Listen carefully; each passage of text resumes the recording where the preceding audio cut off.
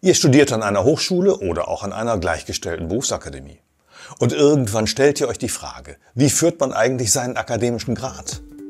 Worauf muss ich achten, wenn ich selbst endlich meinen Abschluss erreicht habe? Wie schreibt man ihn richtig, wie schreibt man ihn falsch? Manche führen ihn vor dem eigenen Namen, die anderen dahinter. Bei einigen steht das konkrete Fach des Studiums dabei, bei anderen nicht. Ab und zu sieht man die Buchstaben FH in Klammern dabei. Und die Damen und Herren Doktoren, da gibt es im Alltag ebenfalls unterschiedliche Erscheinungsformen. Stimmt da alles bei denen? Also gibt es einzuhaltende Regeln? Na klar. Und welche das sind, ist eigentlich gar nicht so schwierig. Willkommen zu diesem Tutorial.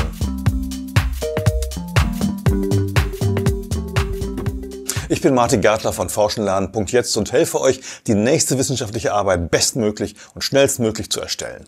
Dazu gibt es Online-Kurse zum Selbststudium und meine Online-FAQ zum wissenschaftlichen Arbeiten. Der wohl am meisten abgerufene Beitrag dort heißt, wie führt man den akademischen Grad? Dieser Beitrag zählt rund 4000 Abrufe im Monat.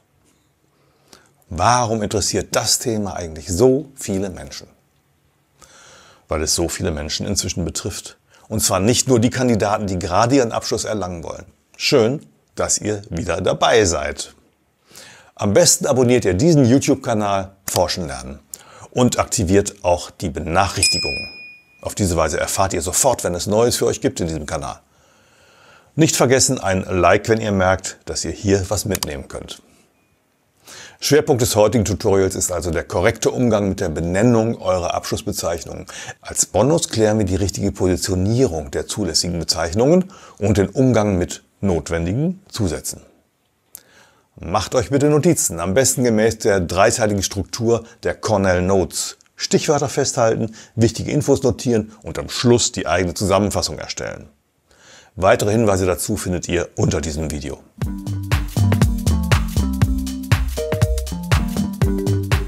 Beginnen wir mit den inzwischen verbreiteten Bachelorabschlüssen, also den heutigen grundständigen Studiengängen.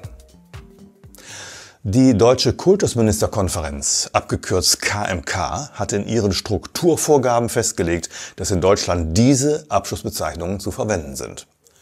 Bachelor of Arts, abgekürzt BA, für Absolventen der Sozial-, Sprach-, Kultur-, Informations- und Wirtschaftswissenschaften. Bachelor of Science, BSc, für Absolventen der Architektur, Natur-, Human-, Ingenieur- und Wirtschaftswissenschaften, Mathematik sowie Informatik. Bachelor of Engineering, abgekürzt BEng, für Absolventen der Ingenieurwissenschaften. Bachelor of Laws, abgekürzt LLB, für Absolventen der Rechtswissenschaften. Bachelor of Education, abgekürzt BEd, für Absolventen des Lehramtsstudiums. An den Kunsthochschulen und Musikhochschulen kommen außer dem Bachelor of Arts auch noch einige andere, nämlich folgende Abschlussbezeichnungen vor. Bachelor of Fine Arts, BFA, für Absolventen der Studiengänge zur Kunst und zur bildenden Kunst. Bachelor of Music, BMus, für Absolventen musischer Studiengänge. Bachelor of Musical Arts, BMA, für Absolventen des Studiums Operngesang. Und bei all denen ist eines ganz wichtig. Man muss seine Abschlussbezeichnung so führen, wie sie verliehen wurde. Und zwar ohne Zusatz der studierten Fachrichtung oder des Studiengangsnamens. Nun zu den Masterabschlüssen. Es gibt konsekutive Masterstudiengänge und nicht konsekutive, also weiterbildende Masterstudiengänge. Die konsekutiven Masterstudiengänge bauen stets auf einen entsprechenden Bachelor auf. Ebenso kann nach einem vorherigen Diplomstudiengang ein konsekutiver Masterstudiengang absolviert werden. Für konsekutive Studiengänge gibt es zur Vereinfachung nur 7 Mastergrade. Fachliche Zusätze sind auch hier nicht möglich. Der Reihe nach: Master of Arts, abgekürzt MA, für Absolventen in Sprach- und Kulturwissenschaften, Sport, Sportwissenschaft, Sozialwissenschaft, Kunstwissenschaft, künstlerisch angewandten Studiengängen für darstellende Kunst, teilweise auch in den Wirtschaftswissenschaften. Master of Science, MSc, für Absolventen in Naturwissenschaften, Mathematik, Informatik, teilweise in Ingenieurwissenschaften und Wirtschaftswissenschaften. Master of Engineering, abgekürzt MEng, für Absolventen in Ingenieurwissenschaften. Master of Laws, abgekürzt LLM, für Absolventen in Rechtswissenschaften, außer beim Staatsexamen.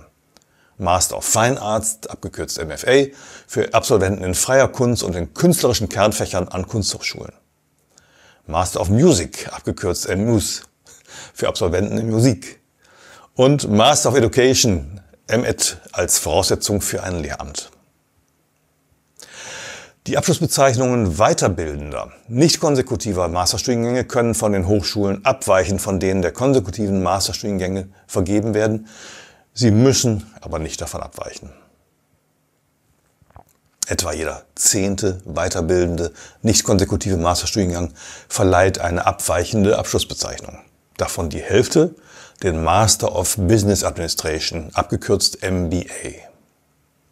Auch hier gilt nun, man muss die Abschlussbezeichnung so führen, wie sie verliehen wurde, also ohne Zusatz der studierten Fachrichtung oder des Studiengangsnamens.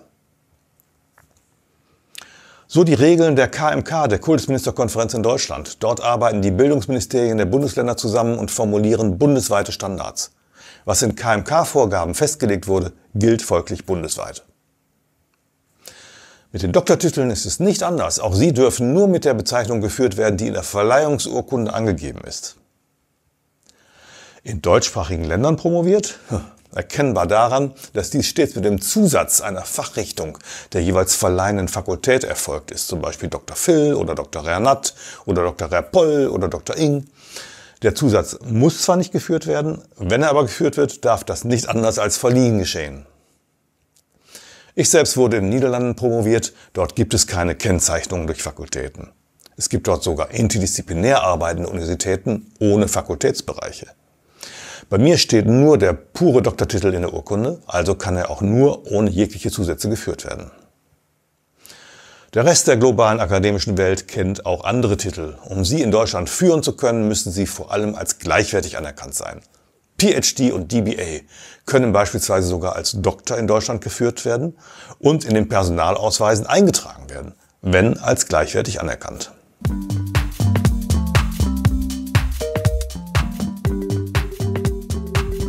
3 Punkte sind noch offen. Wie umgehen mit den früheren Diplom- und Magisterabschlüssen in Deutschland? Welche Zusätze sind zulässig? Welche sind gar erforderlich? Und an welcher Stelle führt man seine akademischen Grade und Titel denn genau? Vor oder hinter dem Namen? Fangen wir mit dem einfachsten an und das ist der letzte Punkt. An welcher Stelle? Magistergrade und Bachelorgrade, ebenso Mastergrade sowie PhD und DBA werden üblicherweise hinter den Namen geführt. Die guten alten Diplom- und Doktorgrade, DR-Punkt, werden vor dem Namen geführt. Wurde der Diplomgrad einer Fachhochschule und daher mit dem Zusatz in Klammern FH verliehen, darf dieser Zusatz bei der Führung des Grades nach wie vor nicht weggelassen werden. Niemals. Das Weglassen wäre eine Straftat, weil das FH-Diplom nicht an einer Universität erworben wurde und dem nicht gleichgestellt ist. Die deutschen FH-Diplomabschlüsse sind international dem Bachelor gleichgestellt, die deutschen universitären Diplomabschlüsse sind hingegen dem Master gleichgestellt. Dies gilt bereits seit den 2003 von der Kultusministerkonferenz, also den Gesetzgebern der Hochschulgesetze, beschlossenen ländergemeinsamen Strukturvorgaben für die Akkreditierung von Bachelor- und Masterstudiengängen. Dort steht eindeutig angegeben, A8 Gleichstellungen. Bachelorabschlüsse verleihen grundsätzlich dieselben Berechtigungen wie Diplomabschlüsse an Fachhochschulen. Masterabschlüsse verleihen dieselben Berechtigungen wie Diplom- und Magisterabschlüsse an Universitäten und gleichgestellten Hochschulen. Wer also den bei seiner Diplomvergabe enthaltenen Zusatz FH in Klammern weglässt, schreibt sich selbst seinen Abschluss vom Bachelor auf das Masterniveau um und führt somit zu Unrecht einen höheren, nicht selbst erworbenen akademischen Grad. Der Hintergrund liegt in der unterschiedlichen Studiendauer. Die früheren universitären Studiengänge schlossen mit Diplom oder Magister und dem ersten Staatsexamen stets nach mindestens 5 Studienjahren ab. Hingegen dauerten die FH-Diplomstudiengänge nur bis zu 4 Jahre. Ein 4-jähriges grundständiges Studium erreicht also nicht das Masterniveau. Erreichbar nach einem Bachelor plus Masterabschluss. Und es sind dazu eben in der Regel die 5 Studienjahre erforderlich, wie beim früheren Unidiplom. Was ist nun, wenn jemand nach einem früheren FH-Diplom später noch einen Masterabschluss erreicht hat? Nun, Der spätere Erwerb eines Masterabschlusses adelt oder veredelt nicht den früheren FH-Diplomabschluss zu einem Unidiplom. Das frühere FH-Diplom kann also auch weiterhin nur mit dem Zusatz FH in Klammern geführt werden. Achtung! Die unrechtmäßige Führung eines akademischen Grades ist in Deutschland eine Straftat gemäß § 132a Strafgesetzbuch. Missbrauch von Titeln, Berufsbezeichnungen und Abzeichen und kann mit einer Freiheitsstrafe geahndet werden. Wenn ihn diese Pflicht stört, den FH-Zusatz weiterhin zu führen, liegt die Lösung nahe. Es wird nämlich üblicherweise nur der höchste erlangte Grad dem Namen hinzugefügt. Also kann er den früheren FH-Abschluss einfach von seiner Visitenkarte streichen. Wer einen Masterabschluss erlangt hat, braucht somit nicht mehr die Angabe des grundständigen Studienabschlusses. So wird beispielsweise aus Diplom Finanzwirt FH Max Mustermann vielleicht ein Max Mustermann LLM durch den Masterabschluss. Oder aus Erika Mustermann BA eine Erika Mustermann Master of Science. Möchtet ihr wegen der fachlichen Diversität, die ja möglich ist, weiterhin den grundständigen Abschluss eines FH-Diploms in eurer Visitenkarte führen, dann darf der Zusatz FH keinesfalls weggemogelt werden. Und wenn ihr erst einmal promoviert wurdet und damit den höchsten akademischen Grad erlangt habt, kann die Angabe des vorangegangenen Studienabschlusses entfallen.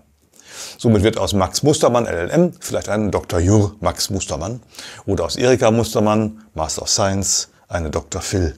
Erika Mustermann. Wer gerne viel Flagge zeigen will, darf natürlich alles anführen, den Doktortitel vor dem Namen, den Diplom- oder Magisterabschluss ihm folgend und nach dem Namen eventuell Abschlüsse neuerer Art, also Master und Bachelor. Man beginnt dabei immer mit dem höchsten akademischen Grad. Hat jemand einen PhD oder DBA mitbringen können, stehen diese Abschlüsse immer als erste nach dem Namen. Solches Stapeln von Abschlussbezeichnungen ist unüblich. Es kann aber im beruflichen Kontext nützlich sein. Max Mustermann MA LLM Bachelor of Science.